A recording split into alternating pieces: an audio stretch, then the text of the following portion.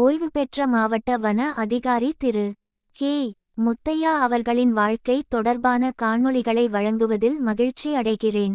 அவர் வனத்துறையில் 10 ஆண்டுகள் சந்தன மரங்கள் நிறைந்த பகுதிகளில் மாவட்ட வன அதிகாரியாக பணியாற்றிய போதிலும் ஊழல் மூலம் செல்வம் சேர்க்காத ஒரு நேர்மையான மனிதர்.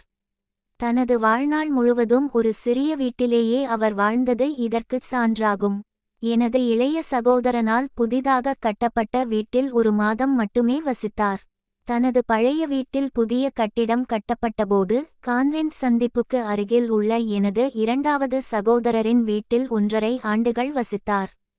அவர் 7 ஆண்டுகள் வனக்காவலராகவும் 19 ஆண்டுகள் வனச்சரக அதிகாரியாகவும் 10 ஆண்டுகள் மாவட்ட வன அதிகாரியாகவும் பணியாற்றினார்.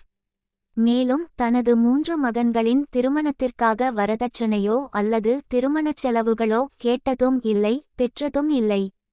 தனது மகன் ஒரு வன அதிகாரியாக வேண்டும் என்ற விருப்பத்தில் அவரது தந்தை அவரை கேரள பல்கலைக்கழகத்தில் முன் பட்டப்படிப்பிற்காக சேர்த்தார்.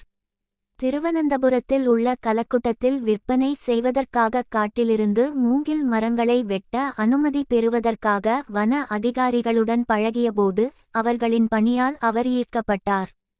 பல்கலைக்கழகத்தில் மாணவர்களின் நடத்தை பற்றி என் தந்தை அடிக்கடி கூறுவார். மேசுரிமையாளர் என் தந்தையிடம், இந்தச் சிறுவர்கள் முடிந்தவரை உணவைச் சாப்பிடுகிறார்கள், ஆனால் தினமும் உணவு சுவையாக இல்லை என்று குறை கூறுகிறார்கள் என்று கூறுவாராம்.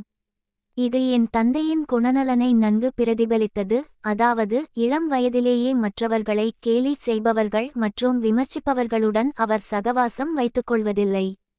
என் தாத்தாவின் உடல்நலக்குறைவு காரணமாக என் தந்தையால் 2ஆம் ஆண்டு படிப்பை தொடர முடியவில்லை. நாகர்கோவிலில் உள்ள வடசேரி கேத்தரின் பூத் மருத்துவமனையில் நன்கு சிகிச்சை அளிக்கப்பட்ட போதிலும் குணமாகாமல் அவர் காலமானார். அவர் கூட்டுக் குடும்பத்தின் தலைவராக இருந்ததால் என் தந்தை கூட்டுக் குடும்பத்தின் பொறுப்பை ஏற்க வேண்டியிருந்தது.